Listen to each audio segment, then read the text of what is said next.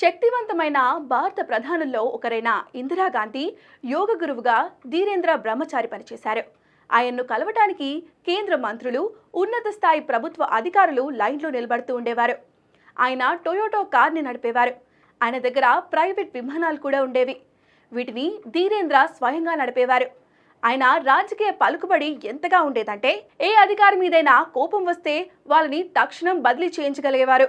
అదే మంత్రులైతే వాళ్ళ శాఖలే మార్పించగలిగేవారు. అయితే ఆయనకు అంతటి పలుకుబడి ఎలా వచ్చింది అనే దానిపై అనేక కథలు ప్రచారంలో ఉన్నాయి. భారత మాజీ ప్రధాని ఇందర్ కుమార్ గుజ్రాల్ తన ఆత్మకథలో ధీరేంద్ర బ్రహ్మచారి గురించి చాలా విషయాలు చెప్పారు.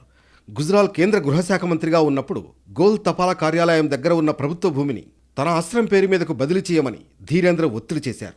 అయితే గుజ్రాల్ ఆ భూమికి సంబంధించిన ఫైలును ముందుకు కదలనివ్వలేదు. చివరికి ఒకరోజు తన పని చేసి పెట్టకపోతే డిమోట్ చేయిస్తానంటూ బెదిరించారు. ఒక వారం తర్వాత మంత్రివర్గ పునర్వ్యవస్థీకరణ జరిగినప్పుడు గృహశాఖ మంత్రిగా ఇందర్ కుమార్ గుజ్రాల్ స్థానంలో ఉమాశంకర్ దీక్షిత్ వచ్చారు.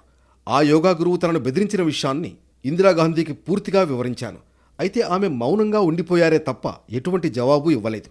అయితే గుజ్రాల్ స్థానంలో వచ్చిన ఉమాశంకర్ దీక్షిత్ కూడా ఆ భూమిని ధీరేంద్ర బ్రహ్మచారికి ఇవ్వడానికి నిరాకరించారు. దీని ఫలితం కొద్ది రోజుల తర్వాత ఉమాశంకర్ దీక్షిత్ కూడా తన శాఖను కోల్పోయారు. దాంతో ధీరేంద్ర మాట వినే మంత్రి చేరారని గుజ్రాల్ తన ఆత్మకథలో రాశారు. అయితే ఇందిరా ప్రధాని పదవి చేపట్టక ముందు నుంచే ధీరేంద్ర బ్రహ్మచారికి ఇందిరతో సన్నిహిత సంబంధాలున్నాయి. 1963లో తన యోగా కేంద్రానికి ఇస్తున్న గ్రాంట్ను కంటిన్యూ చేయాలని నాటి విద్యామంత్రి కేఎల్ శ్రీమాలిని కోరారు. అయితే దానికి బదులుగా శ్రీమాలి గత సంవత్సరం ఆ యోగా కేంద్రానికి ఇచ్చిన గ్రాంట్ ఆడిట్ నివేదిక అడిగారు. ఇందిరాగాంధీ ఈ విషయాన్ని అప్పటి ప్రధాని జవహర్లాల్ నెహ్రూ దృష్టికి తీసుకొచ్చారు. నెహ్రూ కూడా శ్రీమాలితో మాట్లాడారు. అయితే శ్రీమాలి ఆ గ్రాంట్ను కొనసాగించడానికి ఒప్పుకోలేదు. 1963 ఆగస్టులో కామ్రాజ్ ప్రణాళికలో భాగంగా శ్రీమాలి తన మంత్రి పదవికి రాజీనామా చేశారు. ఇందిర వద్ద ధీరేంద్ర పలుకుబడి ఏ స్థాయిలో ఉండేదో చెప్పడానికి ఈ రెండు ఉదంతాలు చాలు. ధీరేంద్ర బ్రహ్మచారి 1924 ఫిబ్రవరి 12న బీహార్లోని మధుబని జిల్లాలో జన్మించారు. ఆయన అసలు పేరు ధీరేంద్ర చౌదరి. 13 సంవత్సరాల వయసులో ఆయన ఇల్లు విడిచి వెళ్లిపోయారు. లక్నో సమీపంలోని గోపాలఖేడాలో మహర్షి కార్తికేయ దగ్గర యోగా నేర్చుకున్నారు. 1958లో ఢిల్లీ వచ్చారు. ఇందిరాగాంధీతో ధీరేంద్ర తొలి పరిచయం కశ్మీర్లో జరిగింది. ఆయన మొదట నెహ్రూకి యోగా నేర్పడం మొదలుపెట్టారు. కొద్ది రోజుల్లోనే లాల్ బహదూర్ శాస్త్రి, జయప్రకాష్ నారాయణ్, మొరార్జీ దేశాయ్, డాక్టర్ రాజేంద్ర ప్రసాద్ లాంటి రాజకీయ నాయకులు ఆయనకు శిష్యులైపోయారు. 1959లో ధీరేంద్ర విశ్వయతన్ యోగా కేంద్రాన్ని స్థాపించారు. దానిని స్వయంగా జవహర్లాల్ నెహ్రూ ప్రారంభించారు. ధీరేంద్రకి కేంద్ర విద్యామంత్రిత్వ శాఖ నుంచి భారీ మొత్తంలో గ్రాంట్ లభించేది. జంతర్ మంతర్ రోడ్లో ఒక ప్రభుత్వ భవనాన్ని కూడా ఆయనకు కేటాయించారు. 1958 ఏప్రిల్ 17న ఇందిరాగాంధీ రాసిన ఉత్తరంలో తను యోగాని సీరియస్గా తీసుకున్నానని, చాలా అందమైన యోగి తనకి యోగా నేర్పుతున్నారని రాశారని ఆమె క్లోజ్ ఫ్రెండ్ డొరితా నిర్మాన్ తన Indira Gandhi letters to an American friend అనే పుస్తకంలో రాశారు. నిజానికి ధీరేంద్ర బ్రహ్మచారి తన లుక్స్, ఫిజిక్స్తో అందరినీ తన వైపు తిప్పుకునేవాడు.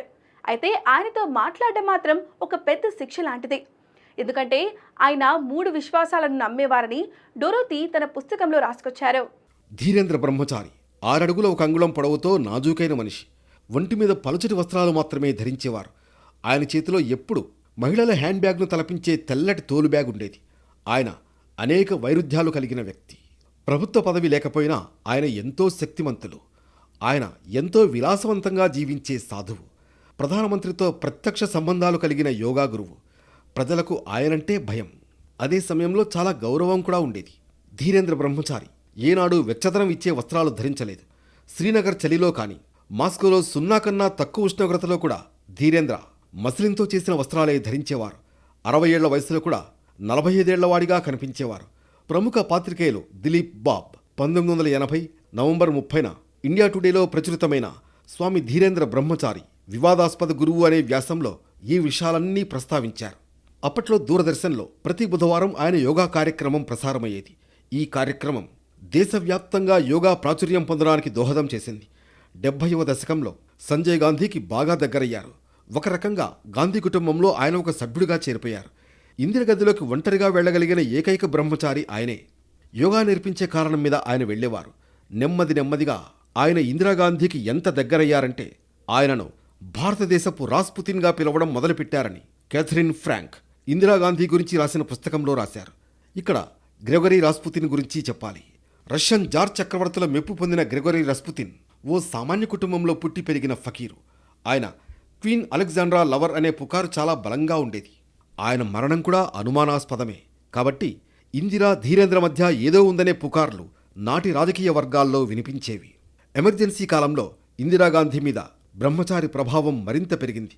ఫలానా వ్యక్తులు ఇందిరాగాంధీకి, సంజయ్ గాంధీకి హాని చేయాలని చూస్తున్నారని చెబుతూ అనేక మంది మీద ఇందిరాగాంధీకి భయం పెంచారాయన. రాజకీయ విషయాల్లో కూడా ఇందిర ఆయన సలహాలు తీసుకునేవారని రచయిత పుపుల్ జయకర్ రాశారు. ఇందిరాగాంధీ, సంజయ్ గాంధీలతో ఉన్న సాన్నిహిత్యాన్ని వాడుకుని ఆయన ఏ విధంగా తన ఆస్తిపాస్తులను పెంచుకున్నారో జనతా ప్రభుత్వం నియమించిన షా కమిషన్ తన నివేదికలో పేర్కొంది. 1977 ఎన్నికల్లో ఇందిరాగాంధీ ఓటమి తర్వాత ఆదాయపు పన్ను అధికారులు కశ్మీర్లోని అపర్ణ ఆశ్రమంలో సోదాలు నిర్వహించారు. ఈ ఆశ్రమం పాలరాతితో రాజభవనం స్థాయిలో నిర్మించిన విషయాన్ని వారు తెలుసుకున్నారు. ఈ భవనంలో 4 బాత్రూంలు, 2 టెలిఫోన్లు ఉండేవి. ఆశ్రమ సముదాయం విలాసవంతమైన జీవనం సాగించడానికి అనువుగా ఉండేదని షా కమిషన్ పేర్కొంది. అయితే 1980 ఎన్నికలలో ఇందిరాగాంధీ విజయం సాధించాక ధీరేంద్ర మీద మోపిన అభియోగాలన్నింటినీ వెనక్కి తీసేసుకున్నారు. జనతా ప్రభుత్వం పతనం తర్వాత జరిగిన మధ్యంతర ఎన్నికల్లో ఇందిరా కాంగ్రెస్ భారీ విజయంతో తిరిగి అధికారంలోకి వచ్చింది. జనతా పార్టీ ప్రభుత్వం ఇందిరా, సంజయ్ గాంధీల మీద చర్యలు తీసుకుంటున్న సమయంలో ధీరేంద్ర వారికి గట్టి మద్దతుగా నిలబడ్డారు. అందుకే సంజయ్ గాంధీ ధీరేంద్రని చాలా మెచ్చుకునేవారు. ఇందిరాగాంధీ తిరిగి అధికారంలోకి వచ్చాక ధీరేంద్రకి తగిన ప్రతిఫలం లభించింది. ఆయన మీదున్న అభియోగాలన్నీ వెనక్కి తీసుకోవడమే కాక ఆయన విమానాన్ని కూడా తిరిగిచ్చారు. ధీరేంద్ర బ్రహ్మచారి ఆధ్వర్యంలోనే సంజయ్ గాంధీ అంత్యక్రియలు జరిగాయి. సంజయ్ గాంధీతో ఆయనకు చాలా సన్నిహిత్యం ఉండేది.